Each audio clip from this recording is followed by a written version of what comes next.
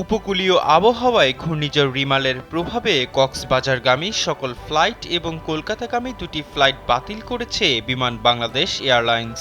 শনিবার রাতে বিমানের মহাব্যবস্থাপক বশরা ইসলাম এ তথ্য জানিয়েছেন।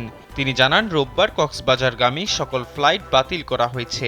এছাড়া এদিনের কলকাতাগামী BG395 ফ্লাইট এবং সোমবারের BG391 ফ্লাইট বাতিল করা হয়েছে।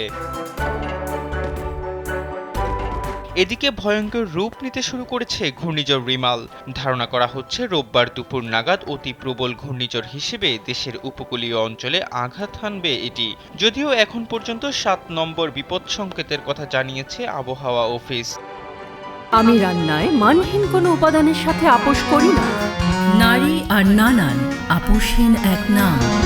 এই অবস্থায় উপকূলের ১৩টি সহ ১৮টি জেলা রিমালের আঘাতে ক্ষতিগ্রস্ত হতে পারে বলে জানিয়েছে দুর্যোগ ব্যবস্থাপনা ও ত্রাণ মন্ত্রণালয়।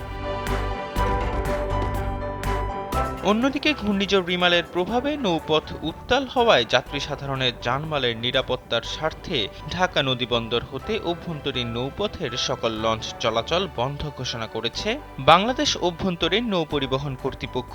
এক বার্তায় বিআইডব্লিউটিএ জানায়, আসন্ন ঘূর্ণিঝড় রিমালের প্রভাবে নৌপথ উত্তাল হওয়ায় যাত্রী সাধারণের জানমালের নিরাপত্তার স্বার্থে শনিবার রাত ১০ ঘটিকা থেকে ঢাকা নদীবন্দর হতে অভ্যন্তরীণ নৌপথের সকল লঞ্চসমূহকে পরবর্তী নির্দেশ না দেয়া পর্যন্ত চলাচল বন্ধ রাখতে বলা হয়েছে।